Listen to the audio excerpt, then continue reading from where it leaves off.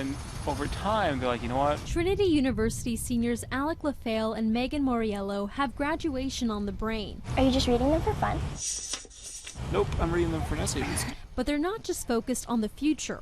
They're thinking about what they're going to leave behind. This is kind of to help people who feel like they're slipping through the cracks. In February, Alec and Megan co-founded a peer-to-peer support group to help students both prevent and cope with sexual assaults. I don't want that to happen on my campus. They say their experiences with the pain of sexual violence united them to start the group. I have a friend that went through a very tough time, and this is kind of my way of trying to help her out. As for Megan, she says she was sexually harassed while studying abroad. Sometimes I felt unsafe, and so experiencing those negative feelings, I would never wish that upon anyone else. But their experiences are ones that are rarely shared.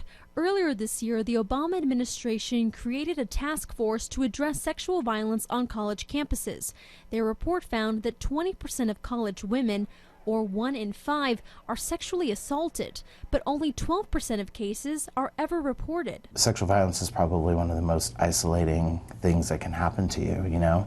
It's very deeply rooted in shame, it's very deeply rooted in guilt.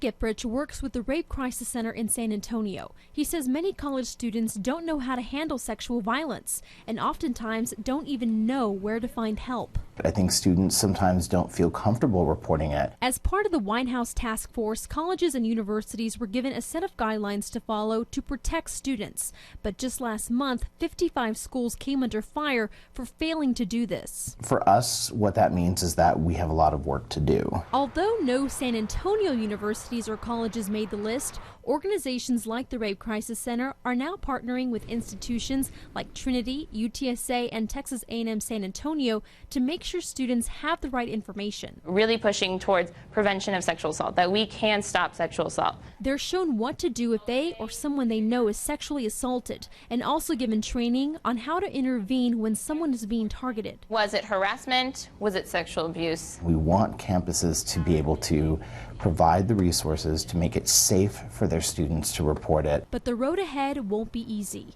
Gipprich says in order for sexual assaults to decrease on campuses, there has to be a culture change, and that starts with students. When other students see something wrong, when other students jump in and help when they intervene, it makes it less okay for that type of behavior to happen. That's amazing. Alec and Megan hope their support group empowers students so that even after they leave, the conversation will continue. Because if no one's talking about it, if there's no dialogue, if there's no transparency, then how can we fix the issue? Erin Nichols, Fox News at 9.